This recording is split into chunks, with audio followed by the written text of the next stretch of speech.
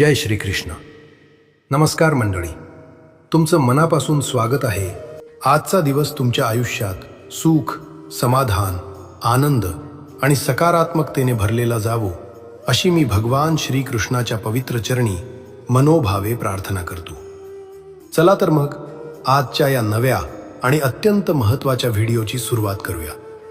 आज 5 फेब्रुवारी 2026 गुरुवार दिवशी माघ महिन्यातील संकष्ट चतुर्थी आलेली आहे.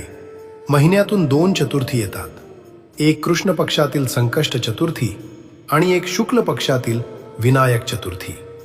बरेचसे लोक या दोन्ही चतुर्थीच व्रत करतात, उपवास करतात. उपवास जमत असेल तर जरूर करा. तुम्ही दर संकष्ट चतुर्थीचा व्रत करतात तर जरूर उपवास करा. काही लोक अंगारकीचा उपवास पकडतात. जी अंगारकी येते तेव्हा सुद्धा आपण संकष्ट चतुर्थीचा व्रत पकडू शकतो. तर संकष्ट चतुर्थीला लवकर उठायचं आहे. गुरुवार आलेला आहे, खूप शुभ दिवस आहे.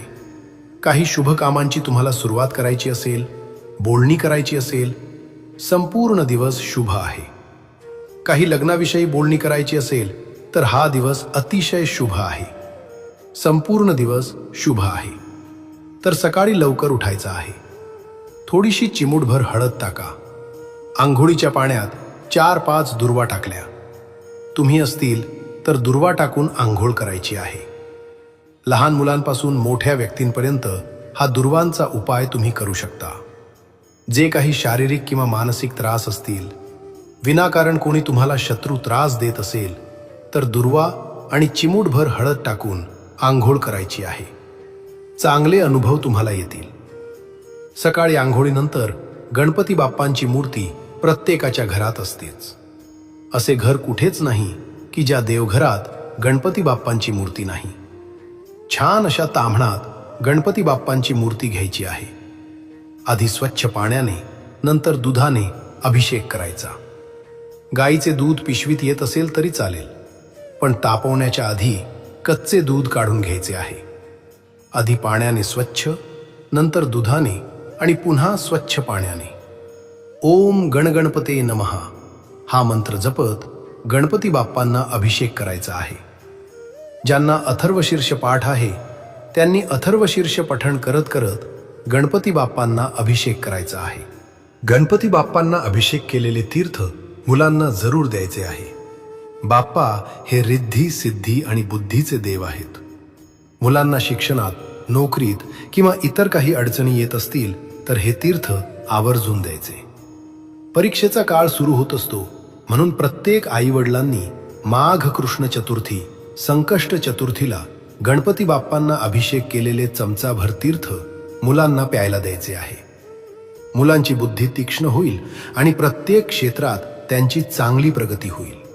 संकष्ट चतुर्थीला अभिषेक करून गणपती बाप्पांची मूर्ती मूठभर तांदळाच्या राशीवर स्थापन करायची आहे. महिलांनो, दादांनो, ही सेवा आवर्जून करा. अखंड अक्षता म्हणजे अख्खे तांदूळ घ्यायचे, मूठभर घ्यायचे आणि देवघरात छान अशी रास करायची. त्या तांदळाच्या राशीवर हळदी कुंकू अर्पण करायचे आणि त्यावर गणपती बाप्पांची स्थापना करायची आहे. दुसऱ्या दिवशी शुक्रवारी पुन्हा गणपती बाप्पांचा अभिषेक करून पूजा केल्यानंतर ते तांदूळ काढून तुमच्या मुख्य डब्यात टाकायचे आहेत. किंवा तुम्हाला शुक्रवारी खिरीचा नैवेद्य दाखवायचा असेल तर याच तांदळाची खीर बनवून देवांना दाखवू शकता. धन, धान्य, ऐश्वर्य कधीच कमी पडणार नाही. अखंड लक्ष्मी तुमच्या घरात नांदेल. जी काही संकटे, चिंता किंवा विघ्ने असतील, मुलांना काही अडचणी असतील, त्या दूर होतील आणि गणपती बाप्पांची कृपा लाभेल. म्हणून सर्वांनी संकष्ट चतुर्थीला, माघ कृष्ण चतुर्थीला मूठभर तांदळाची रास देवघरात जरूर करायची आणि त्यावर गणपती बाप्पांना स्थापन करायचे आहे. हळदी कुंकू, अक्षता, दुर्वा आणि जास्वंद अर्पण करून गणपती बाप्पांची विधिवत पूजा करायची आहे. 21 दुर्वांची जुडी प्रत्येकाने स्वतःच्या हाताने बनवायची आणि त्या दुर्वांच्या देठाला हळदी कुंकू लावायचे. उजव्या हातात दुर्वांची जुडी घेऊन मनातील इच्छा बोलायची, मनोकामना व्यक्त करायची आणि किमान 21 वेळा ओम गणगणपते नमः या मंत्राचा जप करायचा. किंवा मंगलमूर्ते विघ्नहारा, दुरितनाशका, कृपा करा हा मंत्र जपायचा. त्यानंतर गणपती बाप्पांना ती दुर्वांची जुडी अर्पण करायची आहे. लग्न झालेल्या व्यक्तींनी दुर्वांची जुडी अर्पण करताना देठाला हळदी कुंकू लावावे. आधी गणपती बाप्पांच्या चरणी हळदी कुंकू अर्पण करावे. महिलांनी स्वतःच्या कपाळी हळदी कुंकू लावावे आणि पुरुषांनी कुंकू लावावे. मनोकामना बोलून दुर्वांची जुडी अर्पण केल्याने खूप फलप्राप्ती होते. ज्या इच्छा असतात त्या गणपती बाप्पा पूर्ण करतात. संकष्ट चतुर्थीला गणपती बाप्पांना एक लाल जास्वंद तरी जरूर अर्पण करायचा आहे. दोन्ही वेळेला नैवेद्य दाखवायचा आहे.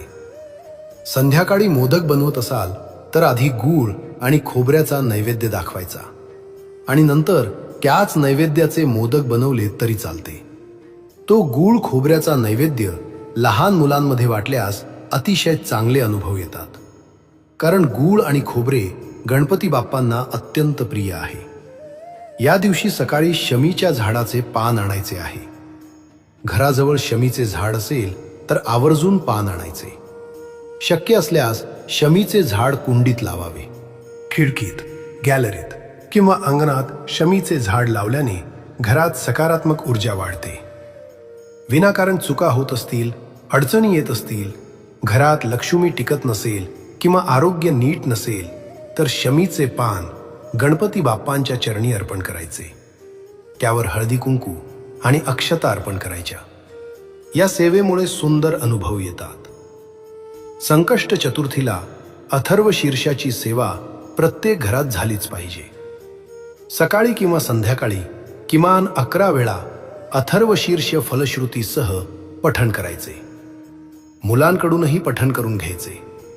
11 वेळा श्री गणपती स्तोत्र, संकटनाशन गणपती स्तोत्र पठण करायचे. नाही जमले तरी किमान एकदा अथर्व शीर्ष आणि एकदा गणपती स्तोत्र पठण करायचे. मोठ्या स्वरात पठण केले तर वास्तूमध्येही सकारात्मक स्पंदने निर्माण होतात. देवघरासमोर तुपाचा दिवा आणि अगरबत्ती लावून आसन घेऊन बसायचे. संकष्ट चतुर्थीच्या दिवशी एक अखंड दिवा देवघरात जरूर लावायचा.